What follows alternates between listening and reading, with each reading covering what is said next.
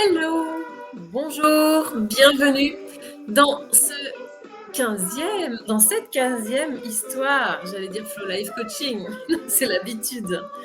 Bienvenue dans cette quinzième histoire. Aujourd'hui, on va parler d'un sujet incroyable, c'est le sujet de vivre l'argent et comment on se positionne par rapport à ce tabou de notre société qui pourtant est, la finalité, enfin en tout cas pas la finalité, mais quelque chose une des finalités importantes d'une entreprise, si on veut qu'elle soit pérenne. Donc faites-moi un petit signe lorsque vous arrivez, donnez-moi un bonjour, un tout va bien, tout fonctionne bien et je me réjouis de vous parler de ça. Alors, pour vous laisser le temps d'arriver, je vais me présenter. Je m'appelle Sandrine Duquesne, je suis coach de vie, je suis coach transformationnel, comme je dis souvent. J'aime beaucoup ce mot de transformation, de mutation intérieure, de la chenille au papillon, tout en sachant qu'une certaine quantité de chenilles ne savent même pas qu'un jour elles seront des papillons et qu'elles sauront voler au-dessus de ces branches sur lesquelles pour l'instant elles sont accrochées.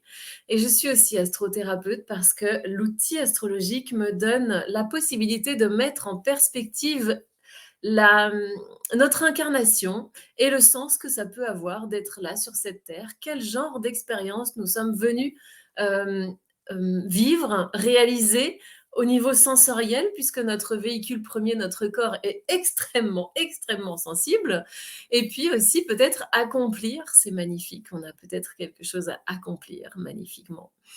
Donc voilà, en tout cas, l'astrologie peut permettre ça. Vous avez eu un témoignage ce matin sur mes différents profils d'Isabelle, que je remercie encore une fois d'avoir exprimé ce qu'elle a vécu avec la retransmission de son thème natal, la découverte de ce de ce qui était inscrit, de ce qui est inscrit au démarrage de sa vie dans son thème natal et avec toute l'évolution qu'elle a déjà su en faire.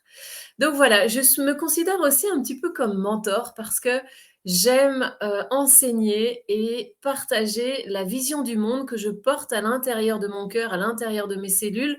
Et je pense que pour une part, je suis venue aussi pour ça, pour partager cette vision du monde et permettre à tout un chacun qui a le désir, le goût et l'élan de me suivre et de m'écouter, de pouvoir raisonner avec mon propre parcours, tout comme moi, je raisonne avec d'autres parcours et je synthétise un peu tout ça. Ça, c'est vraiment ma spécialité, synthétiser les méthodes, les approches et tout ce que le monde regorge comme ressources aujourd'hui pour en faire quelque chose de très simple d'accès, pour qu'on soit juste tous passionnés à faire ce magnifique chemin. Alors aujourd'hui, dans le parcours, d'entrepreneur que j'ai depuis une dizaine d'années, eh bien, la question de l'argent est venue plusieurs fois sur le tapis et j'ai envie de parler de ça avec vous. Alors je ne sais pas si vous aussi vous êtes dans, la question dans la comment dire? Enfin, dans la question de l'entrepreneuriat, je ne sais pas si vous êtes vous-même entrepreneur ou si vous êtes porteur de projets d'entreprise ou si vous êtes simplement porteur de projets de vie. Mais ce que je suis sûre, c'est que la question de l'argent, elle vous a rejoint à un moment ou à un autre, même en tant que salarié, c'est sûr et certain. Parce que c'est un élément crucial de notre incarnation, puisque sur cette planète, on a décidé de faire nos échanges de temps, de compétences, de talents, de dons, de toutes sortes de choses. On a décidé de faire nos échanges grâce à un concept qui qu'on appelle argent. Alors, au démarrage, c'était sûrement du métal, de l'or, et cetera et au fur et à mesure, c'est devenu du papier et puis maintenant, c'est même pratiquement plus du tout du papier, c'est virtuel. Ce sont des chiffres dans un ordinateur. Mais ce qui reste, c'est l'expérience de la valeur à travers ce concept. Et donc, lorsqu'on est un entrepreneur, eh bien, il y a des chances qu'on expérimente de manière cruciale l'histoire de sa propre valeur à travers ce concept. Alors, si on a dans nos valeurs l'idée que l'argent n'est pas quelque chose de propre, de, attirant, de bénéfique, de sain, eh bien, ça veut dire qu'on va créer une entreprise, hem, qui va être, comment je pourrais dire ça? Je cherche mes mots. On va créer une entreprise qui va de toute façon vouloir expanser. Expanser et ça veut dire s'agrandir. S'agrandir, ça veut dire générer des bénéfices qui pourront lui permettre de s'agrandir. Et si la personne qui porte cette entreprise, c'est-à-dire moi en tout cas pour la mienne et vous pour la vôtre, si cette personne-là a un tabou, une problématique ou une valeur négative sur l'argent, eh bien, elle va quelque part, on va bloquer ce flux, cette énergie, et on va quelque part empêcher cette entreprise de fleurir et de prospérer. Parce que vous conviendrez sûrement que c'est une équation qui est difficile à tenir, d'imaginer qu'on fait une entreprise, mais qu'on ne veut pas qu'elle devienne florissante, prospère, ni même pérenne. Il y a quelque chose ici qui peut pas ça peut pas coller ces 2 trucs-là. Si on fait une entreprise, il faut qu'elle survive et qu'elle vive, et donc si on veut qu'elle vive et qu'elle survive, elle a besoin de générer de la richesse, de la valeur, pour recevoir de la richesse et de la valeur sous forme d'argent, pour pouvoir générer de la richesse et de la valeur encore plus. C'est comme ça que ça fonctionne. Alors, si on veut soustraire l'équation argent de ça, eh bien, je ne vois pas comment ça marche. Alors voilà, en tant qu'entrepreneur, eh bien, il y a des chances que, comme moi, vous ayez été challengé par cette question de l'argent.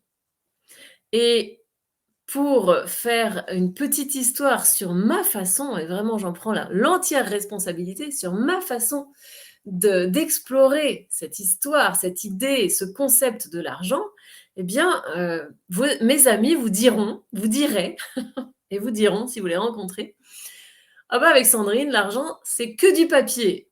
Entre guillemets, «que du papier». C'est vraiment ma phrase, et très souvent quand, on en parle, bah oui, mais bon, c'est que du papier et on rigole avec ça, et c'est vrai. Ça m'est arrivé souvent de relativiser, la problématique de quelque chose qui pourrait être trop cher, ou d'utiliser l'argent pour faire quelque chose. Ça m'arrive très souvent de dire à une amie: «Mais attends, finalement, concrètement, j'échange du papier contre un beau pull. J'échange du papier contre un massage. Mais moi, au final, je préfère dormir avec mon beau pull ou avec mon massage et le temps incroyable que j'ai passé. Le soir, je suis heureuse de ça, plutôt que de dormir avec mon billet. Si on va vraiment dans le concret, concret. Donc ça a toujours été ma façon de gérer cette énergie, et j'ai un petit, vous savez, on a parfois des petits rituels intérieurs, pour, comment combattre le sort, sur certains sujets. Et bien moi, sur celui de l'argent, mon rituel à moi, c'est que quand il en manque, j'en dépense, et c'est immanquable dans mon expérience. Je dis pas que c'est ce que vous devez faire, j'ai juste mon expérience, que lorsque je dépense, l'énergie d'argent, c'est à ce moment-là qu'elle revient, cette énergie, et donc que l'argent revient. Et c'est pas que j'ai fait ça une fois comme expérience, c'est que depuis que j'ai mon propre argent, depuis que je suis étudiante, depuis la première année de mes études, c'est l'expérience que je fais immanquablement. Si je me crispe, que je garde, tout s'arrête. Si je remets du mouvement dedans, OK, en ce moment, alors ça, c'est vraiment en tant en tant qu'étudiante, je le faisais très souvent. Oh là là, à fin de mois difficile. Alors moi, je suis pas du genre à faire mes comptes, mais j'ai quand même une notion de ce qui se passe sur mon compte. Semi-intuitif, mais bon, je me trompe pas souvent, mais quand je vois que ça diminue, eh bien, il y a eu plusieurs fois dans ma vie, et c'était donc très, très jeune, hein, 18, 19, 20 ans, où je faisais l'expérience d'aller dépenser, et mes dépenser, je me souviens encore, hein, cette fois-là où j'ai pris complètement conscience que je faisais comme ça. Je faisais mes études à Nantes, Oh, je sais pas quel âge j'avais, une vingtaine d'années, je pense, ouais. Et je me vois descendre la grande rue, commerciale et je me suis acheté un magnifique parfum qui coûte, 70 € pour une étudiante, c'est, cher. Et je me suis aussi acheté une fringue. Je me souviens plus ce que c'était, mais c'était une très, très belle fringue et je descends la rue et je me dis: «C'est quand même dingue, je dépense alors que je n'ai pas cet argent» ou alors que, bah, ça aurait été plus sage.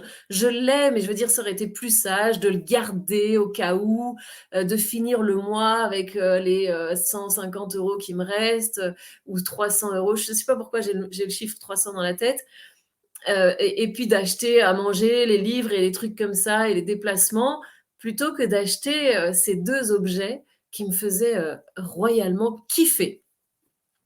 Et là, en descendant cette rue, je me vois encore. Ça a dû être, assez, intense comme prise de conscience parce que vous savez quand c'est intense, on marque l'espace, l'endroit dans lequel on était et c'est exactement ça. J'ai marqué dans ma tête cet espace et c'était, c'est fou, tu fais les choses à l'envers, quand il faudrait garder l'argent, tu le dépenses.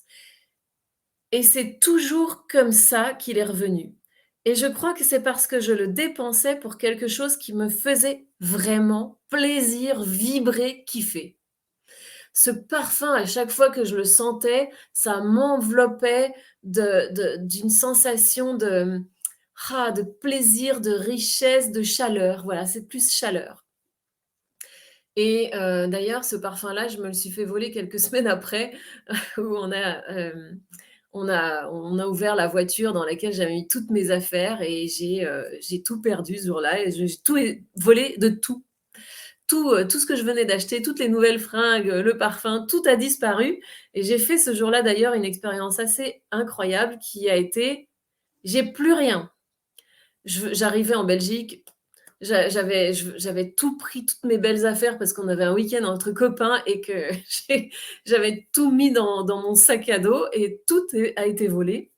Et donc, j'ai fait l'expérience de je n'ai plus rien, je n'ai même pas de brosse à dents.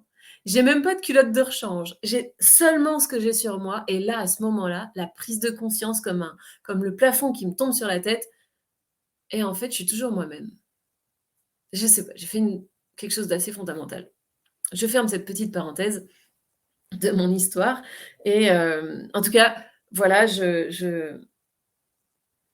pardon, je regardais si ça fonctionnait bien. Donc voilà, cette, expérience de dépenser, de remettre du mouvement pour que ça se remette en mouvement et que ça revienne et ça a toujours marché. Je ne sais pas pourquoi et comment et quoi et je ne sais pas si c'est une règle pour tout le monde, mais pour moi, c'est comme ça que ça se déroule et d'ailleurs, hem mon compagnon de vie qui lui est plutôt à garder et à faire attention, lui, il ne comprend pas ma façon de gérer l'argent et il a parfois eu des des drôles de surprises. Je pars en vacances, j'ai très peu d'argent devant moi, c'est pas grave, je pars en vacances, j'utilise, je kiffe, je vis ma vie tout l'été et cetera. «Mais non, ça va aller, t'inquiète pas, ça va revenir, faut pas s'accrocher à ça, l'argent c'est fluide, ça vient, ça va, ça vient. Si tu commences à avoir peur, bah, tu serres tous les boulons, puis ça va se crisper, lâche l'affaire», je lui disais toujours. T'inquiète pas. Non, moi, c'est pas comme ça que je travaille, que je fais. OK. Et à la fin de l'été, de recevoir, je me souviendrai cet été-là, c'était il y a quelques années déjà, je me souviens plus, j'ai eu un truc comme de la CAF ou je sais pas quoi. Et j'ai eu, oh, nous avons oublié de vous régler tant. Et puis j'ai reçu plusieurs milliers d'euros. Et voilà, voilà, c'est la fin de l'été, ben voilà, je reçois ce que j'avais besoin. Et le nombre de fois où ça m'est arrivé, c'est pas seulement une fois. Et ce que j'en déduis, c'est pas qu'il faut faire comme moi, c'est que, on n'a pas tous la même expérience à faire avec l'argent, avec cette énergie, hem, mais je garderai en tout cas l'idée de crispation et de relâchement et impulsion, fluidité. Crispation ou impulsion, fluidité. Crispation, impulsion, fluidité. Voilà. Et moi, ça me donne pas du tout le même résultat sur mon compte en banque si je suis du côté de la crispation, c'est-à-dire je vais faire, je faut plus j'ai peur, je dois plus bouger, je dois plus rien faire, je me ferai plaisir quand, et cetera. Ou si, je redonne un peu de fluidité et je lâche. Et il y a des moments où c'est plus facile que d'autres et donc il y a des moments où, bah, du coup, c'est plus criant que d'autres ce tiraillement. Est-ce que je relâche ou est-ce que je fais attention et que je me crispe complètement ou je fais juste attention, je ralentis ou alors carrément je redonne un peu de mouvement au système ou bien je me lâche complètement. Mais je crois que pour moi, le nerf de tout ça, c'est le plaisir. Et quitter le plaisir, pour moi, c'est bloquer l'argent. C'est l'expérience que j'en ai fait. Alors, au niveau du plaisir et au niveau de nos métiers, si vous accompagnez vous aussi, l'être humain dans sa recherche de mieux-être et tout ce qui est de l'ordre du soin et du soin, encore plus quand, c'est basé sur un don naturel, je sais pas moi, la voyance, l'énergétique, et cetera. Et il y a comme un petit, micmac intérieur entre: «Oui, mais tu as un don, donc tu devrais pas le monnayer». Donc si on va par là, ça veut dire que tous ceux qui soignent peuvent mourir de faim. Parce que quand même, toutes ces personnes-là vivent dans une équation qui est la même que tout le monde, c'est-à-dire, bah, faut payer un loyer, faut payer de l'énergie et il faut manger. Et il faut se faire plaisir parce que quand on se fait pas plaisir, ben, on ne vibre plus. Donc je vois pas l'intérêt de vivre sans vibrer. Donc ça, c'est un argument mental qui, montre juste qu'on a un nœud au niveau de cette énergie argent.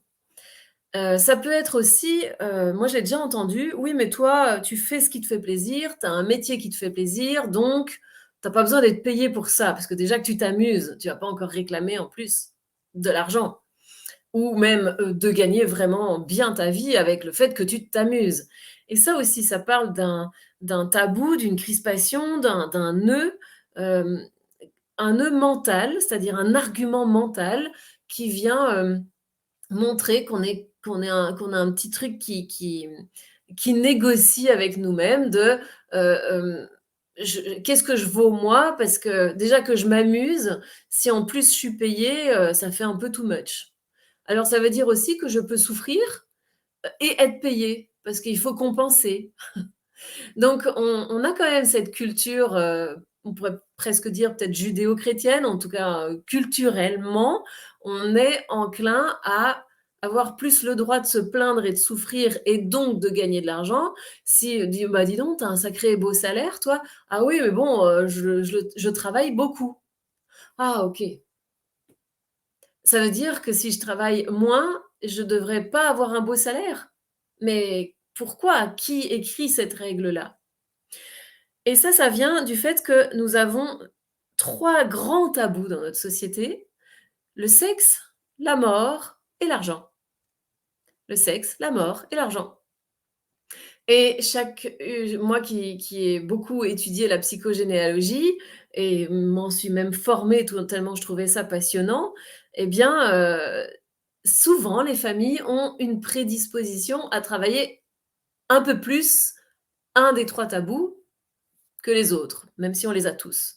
Donc il y a des familles où c'est beaucoup la mort qui revient, que ce soit, les enfants, les parents, les grands-parents, les choses tragiques, violentes et cetera. La mort revient beaucoup et d'autres, c'est beaucoup la sexualité, l'inceste, les trucs, les machins et puis il y en a d'autres, c'est l'argent. Les faillites, les spoliations, les vols, les, mmh le fait d'avoir de l'argent d'une manière, pas du tout éthique, ou bien d'en avoir beaucoup et du coup, d'être quelqu'un, de devenir quelqu'un de trop, je sais pas moi, autoritaire et qui fait du mal et cetera. Et en fait, toutes les générations qui descendent et qui vivent tout ça, ce sont juste des familles d'âmes qui se retrouvent pour, heu travailler la même chose. Et ça, par exemple, en constellation, sont des choses qu'on peut dénouer assez, incroyablement. Et je vous fais une petite parenthèse pour vous dire que si vous avez la chance d'être à La Rochelle ou autour, ce dimanche-là, qui arrive, je crois que c'est le 18, eh bien, il y a, un atelier de constellation familiale où il reste de la place. Voilà, vous pouvez me faire un message pour ça. Hem Donc voilà, ça simplement, ça montre qu'il y a des tabous là-dessus. Il y a un jugement de valeur, de bien ou de mal sur l'argent et souvent, bah, c'est plutôt en mal et ça m'est déjà arrivé de me retrouver devant des clientes qui disent: «Non mais j'ai pas de problème avec l'argent, je suis pas attachée avec l'argent, l'argent j'en ai pas besoin» et déjà là, ça montre en fait qu'il y a un problème. Comment ça, tu as pas besoin d'argent? Comment tu fais pour vivre? Et comment tu fais pour faire plaisir? Et est-ce que tu rechignerais à être plus à l'aise? Est-ce que tu serais, que tu refuserais de te faire plus plaisir, de faire plaisir à ceux qui t'entourent? Mais qui pourrait me répondre: «Non, non, non, non, je j'ai pas besoin de ça. Je j'en veux pas, j'ai pas besoin». Bon, ça peut être un besoin, c'est-à-dire j'ai un besoin vital de manger et de me chauffer en ce moment. Il fait froid. Oui, j'ai un besoin vital, mais le plaisir est déjà tabou, hein. On est quand même dans une société judéo-chrétienne, en tout cas de ce côté du monde où j'habite et donc le plaisir est considéré comme, c'est un des 7 péchés capitaux, on pourrait dire ça comme ça.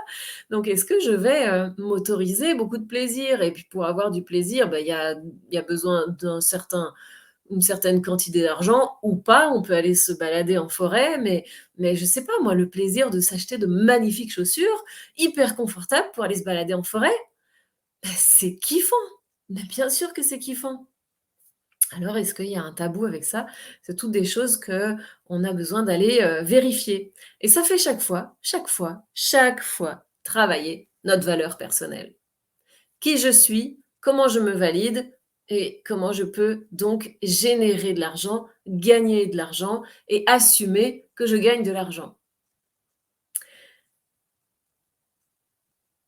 Et puis il y a, l'argent qu'on va, les tarifs qu'on va demander pour nos prestations, hein, n'est-ce pas? Puisque quand on a une entreprise, à un moment, il faut poser des tarifs. Ça pose problème à personne de voir un magnifique iPhone à 1 200 €. Mais a priori, on pourrait se poser des questions: «Est-ce que je peux mettre tel tarif sur ma prestation?» Mais quand tu as ton iPhone dans les mains, alors moi, c'est pas iPhone mon dada, mais n'empêche que je reconnais complètement la qualité esthétique, la qualité, la robustesse et cetera mais c'est tellement beau ces objets qu'on crée aujourd'hui. Bah, c'est sûr que si j'ai un ordinateur qui me fait plaisir à chaque fois que je le vois parce qu'il est magnifique ou un téléphone qui me fait plaisir à chaque fois que je le vois, que je l'utilise, que je le touche parce qu'il est beau, parce qu'il est doux, parce qu'il marche bien, parce qu'il est classe et tout ça, beh, ça m'apporte énormément. Oui, ça va compter. Mais au niveau du soin et de la santé mentale, la santé physique et cetera, de se faire accompagner, de poser un prix sur un objet qu'on aurait fait soi-même, hem, il va y avoir comme une négociation intérieure. Est-ce que, bon, ça se voit pas, est-ce qu'il y a vraiment des preuves à ce que je fais et cetera? Ou alors, je l'ai fait avec tellement de facilité, donc ou alors je l'ai fait avec tellement de plaisir, donc je vais, diminuer son prix. Ah, comment ça? C'est parce que tu le fais avec plaisir que tu diminues son prix? C'est quoi le rapport? Et je l'ai dit hier, hein, dans notre échange, je crois que je l'ai dit, mais j'ai pris une très, très belle leçon par un peintre que j'ai rencontré lors d'une belle exposition à La Rochelle et je lui ai demandé: «Combien de temps, ça vous a pris combien de temps de faire ce tableau?» et il m'a répondu, lui c'était, je sais plus, 40 ans, 30 ans, allez on va dire 30 ans et 4 heures. Mmh. J'ai pris une belle leçon ce jour-là.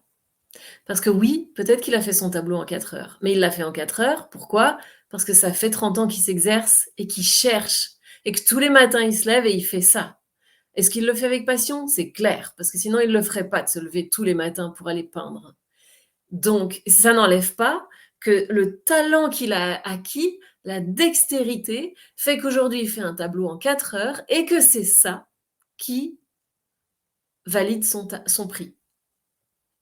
Donc ici, l'argent, le tarif de nos prestations va devoir être vraiment regardé en face selon 3 critères à mon avis. Le premier, c'est est-ce que j'ai valorisé la formation que j'ai? Ça peut être autodidacte, comme ça peut être une formation que j'ai payée. Donc, le temps que j'y ai passé, l'argent que j'y ai mis, et si c'est autodidacte, le temps et l'énergie que j'y ai passé. Est-ce que ma formation est validée et valorisée dans mon prix? Ça, c'est la première chose. La deuxième chose, c'est l'expérience. Depuis que j'accompagne des gens, est-ce que mon expérience professionnelle d'accompagnement est validée dans mon prix? Hier, il y avait Céline qui était là et qui fait de magnifiques objets en crochet. Et voilà, elle, elle va mettre 3 heures, par exemple, je dis n'importe quoi, hein, Céline, tu m'excuseras, 3 heures pour valider pour fabriquer son objet. Bah, clairement, moi, si on me donne du fil et un crochet pendant 3 heures, je sortirai pas un objet comme ça. Donc il y a toute son expérience qui doit être valorisée dans cet objet. Donc le temps d'expérience, moi ça fait 10 ans que j'accompagne, et aussi la quantité d'expérience, la quantité de personnes. Parce que si ça fait 10 ans que j'accompagne, mais que j'ai accompagné que 2 personnes en 10 ans, c'est pas du tout la même chose que si ça fait 10 ans ou bien même 3 ans que j'accompagne, mais que j'ai accompagné 1000 personnes. Je pense que c'est pas la même chose. Et ça, c'est la 2e partie, et le troisième point, c'est aussi le don personnel. Est-ce que j'ai un don particulier et est-ce qu'il est, valorisé dans mon tarif? Et ce don particulier, c'est ce qui crée une transformation waouh chez la personne. Parce que des coachs, il y en a 1 million, mais ils sont pas tous pareils, et des peintres, il y en a 1 million, mais ils donnent pas tous la même chose. Et on peut avoir, prenons par exemple un médium. Ben, un médium, c'est quelqu'un qu'on va consulter pour avoir une information subtile, qui vient du subtil et de l'invisible. Mais le don de la personne, vous êtes d'accord qu'à ce niveau-là, il compte vachement, il compte énormément. Parce qu'on peut avoir un grand médium hyper connecté ou un médium qui est beaucoup moins connecté ou qui est connecté à autre chose ou à un autre niveau. Et oui, son expérience, son temps d'expérience va compter sûrement dans sa façon de décoder ce qu'il reçoit comme information, et si, je sais pas moi, s'il a, appris des techniques ou et cetera, eh bien, ça va compter aussi. Tout doit être valorisé. La formation, l'expérience et le don. À mon avis, ces 3 points-là sont cruciaux dans l'élaboration du tarif. Mais, il y a un mais, si la valeur, la perception de la valeur de soi n'est pas, mise à jour et reconnue entre soi et soi, on aura beau avoir une belle formation, comme moi j'en ai 36 de formation. Je peux vous faire de la respiration holotropique, je peux vous faire de la constellation familiale, je peux vous ouvrir les archives akashiques, je peux vous accompagner en coaching, je peux vous accompagner en thérapie émotionnelle, en thérapie sensorielle, corporelle. Je peux vous décrypter comment fonctionne le cerveau. J'en ai des millions de formations là-dedans. Pas des millions, j'en ai beaucoup. Donc la formation, l'expérience, le temps d'expérience que j'ai dans cet accompagnement-là, et mon don personnel qui est de capter ce qui est caché, ce qu'on ne veut pas voir, les angles morts, le vous savez les trucs qu'on se cache, les les petites vites comme disent les Québécois, les trucs qu'on veut pas se regarder en pleine face parce que ça fait un moment qu'on les évite et on a l'impression que si on les regarde en face, on va souffrir. Les L'inconscient, les trucs qu'on se met de côté là, eh bien ça, c'est mon don de les voir, de les sentir. J'ai un muscle qui est fait pour ça. Ça me fait voilà. Et donc je sais que c'est là et c'est l'endroit où il y a un nœud, et puis après, j'ai plus qu'à amener la personne à rejoindre ce nœud, à dénouer ce nœud et à laisser l'énergie se recirculer et fluidifier tout ça et expanser quelque chose. Eh bien, si ma valeur personnelle n'est pas reconnue, je vais pas pouvoir reconnaître ni les multiples formations que j'ai, le temps et le prix que j'y ai investi, des années, ni, la quantité d'expérience que j'ai, les années d'accompagnement, ni mon don inné personnel ou acquis très tôt, on va dire. Donc la valeur de moi, c'est la base. Est-ce que ça vous parle ça? J'aimerais bien avoir votre retour là-dessus. OK, après il y a l'histoire de la valeur perçue. La valeur perçue, c'est la valeur que je vais investir dans un objet, un service, un accompagnement, et cetera. On va commencer par un objet parce que c'est très parlant. Si je vous dis: «Ah, j'ai une super affaire, j'ai un super, aspirateur, il est qu'à 15 €, il marche super bien». Est-ce que vous allez faire confiance à la qualité de cet aspirateur à 15 €? Il y a des chances que non. Si je vous dis: «Écoute, j'ai une, Porsche, elle est géniale, marche super bien, je te la fais à 300 €». Vous ne me connaissez pas, vous vous dites: «C'est une Porsche, 300 €, bah, il y a un loup». Bien sûr qu'il y a un loup, parce que la valeur perçue n'est pas, à la hauteur de ce que normalement cet objet vaut, hein. Si on vous vend un diamant à 60 €, vous allez vous dire: «C'est pas un diamant, il y a un truc».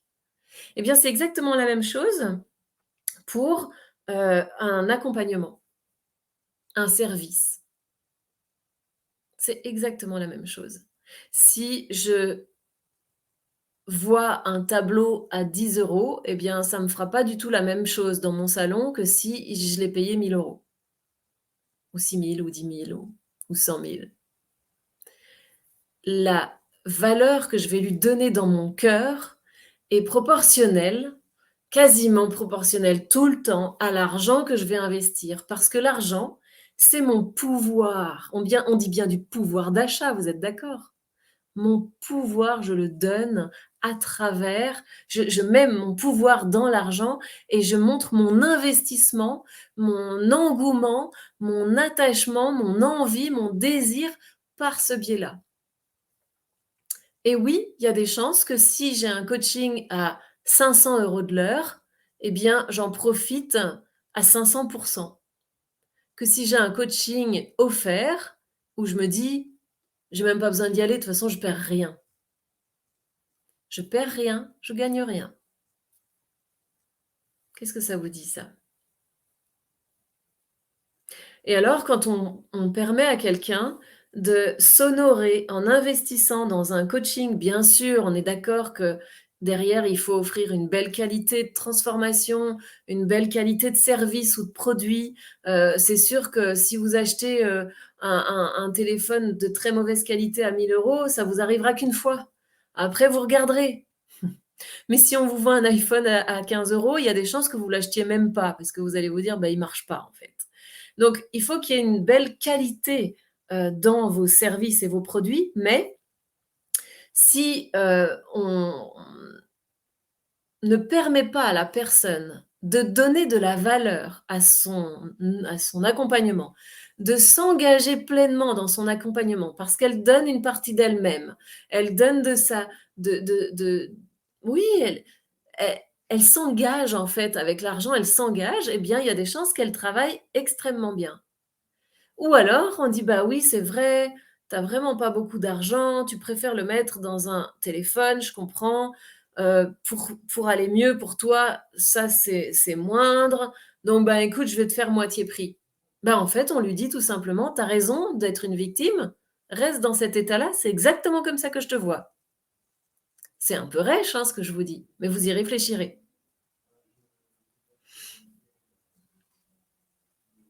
Et puis après, il y a aussi ces charges, hein. Souvent, nous les Français, on râle contre les charges et c'est vrai qu'il y a beaucoup de charges, hein, quasiment 50, mais voilà, moi je suis quand même heureuse quand je sors de pouvoir rouler sur une route qui est toujours bien, un feu rouge qui fonctionne, rouge, vert, pouvoir avoir accès à la loi, à la santé, à la de manière très facile. Et bien quand je travaille et que je fais du bénéfice, une partie de ce bénéfice est redonnée à la globalité, est redonnée à l'État pour que je puisse aussi bénéficier d'une grande facilité. Hein, on peut aller voir dans d'autres pays où les routes sont pas du tout faites et qu'il faut des 4x4 de fou pour pouvoir passer. Ben, nous, on se pose jamais la question. On sort et on sait que tout ira bien sur la route. C'est intéressant quand même. Eh bien, je participe à ça et l'humeur avec laquelle je vais participer à ça, comment je vais contribuer, est-ce que je vais y mettre un certain honneur de contribuer et l'humeur, l'intention, la souplesse intérieure est super intéressante. Est-ce que je râle parce que je paye? Mais si je paye, c'est que je gagne. Ou est-ce que je gagne et je redistribue, je paye?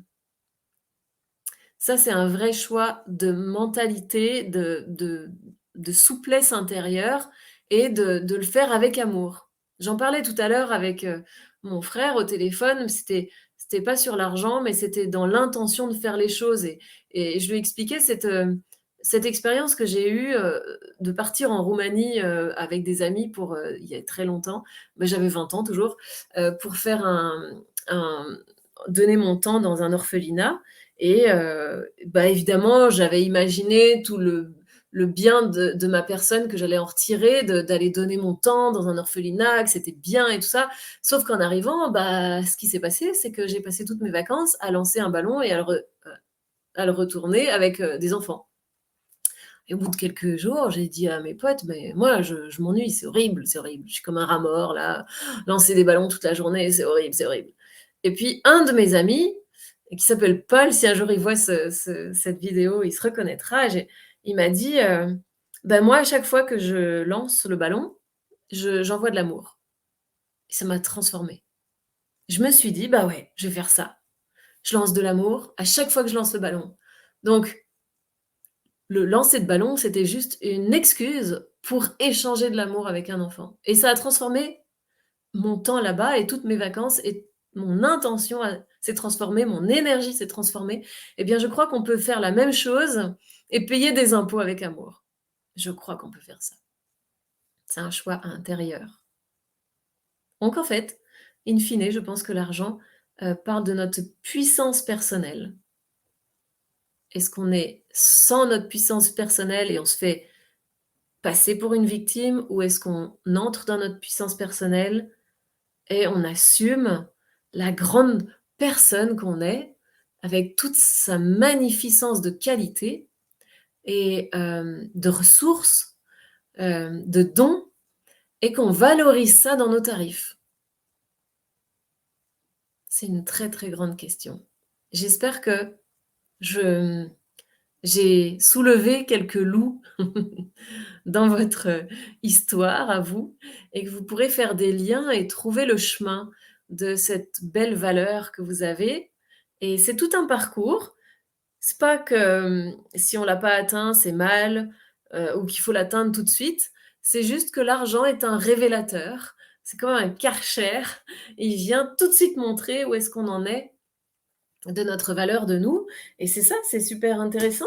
Accepter de jouer avec cette énergie d'argent et voir comment on se crispe, on se juge, on se ratatine, on se juge comme, je sais pas moi, pour qui je me prends et cetera. Si je commence à valoriser mon savoir, mon savoir-être, mon savoir-faire, hem, voilà, tout ça est hyper intéressant à aller explorer et puis quand on est entrepreneur, bah, il y a pas moyen d'y échapper.